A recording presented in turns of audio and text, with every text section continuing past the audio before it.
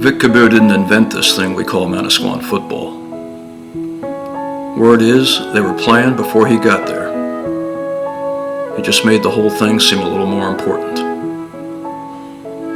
He made it something a whole town, and all the towns around, could get excited about, and feel good about. And not just on Saturdays when the sound of the band floated on the breeze all the way to Main Street, and everybody came out to watch. Or on the days when the fire trucks were parading another championship team through town. He made it like family. Nobody appointed him the king of shore conference football. He was the son of a railroad man who lived with his high school coach when his father was on the road. Maybe that's where he got the idea that a high school football team was like a family, and that the coach was like a father. Only instead of one boy to worry about, he had 35 or 45, because nobody ever got cut from one of Vic Kubu's teams. And if they stayed with it, everybody played. He was a 5'0" high school quarterback who took his team to a championship. And when they kicked the other guys' butts on Thanksgiving Day, he was the one who got to kiss the trophy. Even then, long before he got to be larger than life, he was the biggest guy in the room. Football got him to college at Murray State, and football brought him back to learn from the best high school coach in the neighborhood. Even then, he knew what he wanted. And what he wanted most was a team of his own.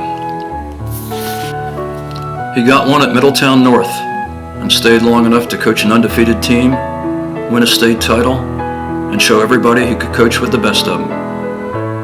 Then he came home. He coached some good players at Manasquan, and some that were better than good, and he had some great teams. Together, they won a bunch of games, and a perfect 10 state titles. More than anybody. By the time they were done, they were all Vic's guys. Better than anybody, he understood a football takes funny bounces, and once they tee it up, nothing's guaranteed. But here's what we know. We know football is hard.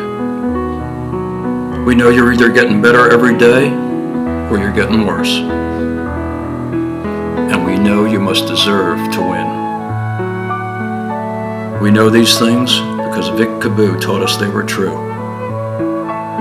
And we know if you wanted to win, and you were willing to do the work, you wanted the guy in the visor on your side.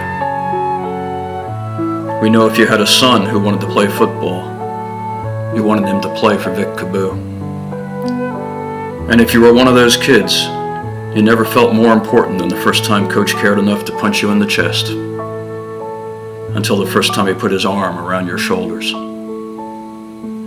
We know that at Manasquan, the game didn't start until Vic Kubu kicked the cone in the corner of the end zone.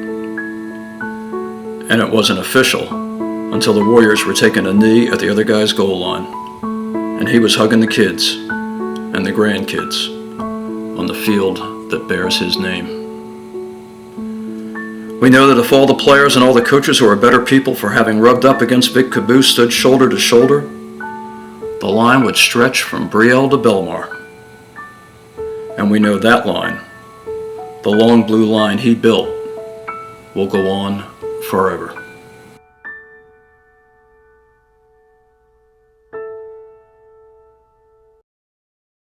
Let's end it with one thing.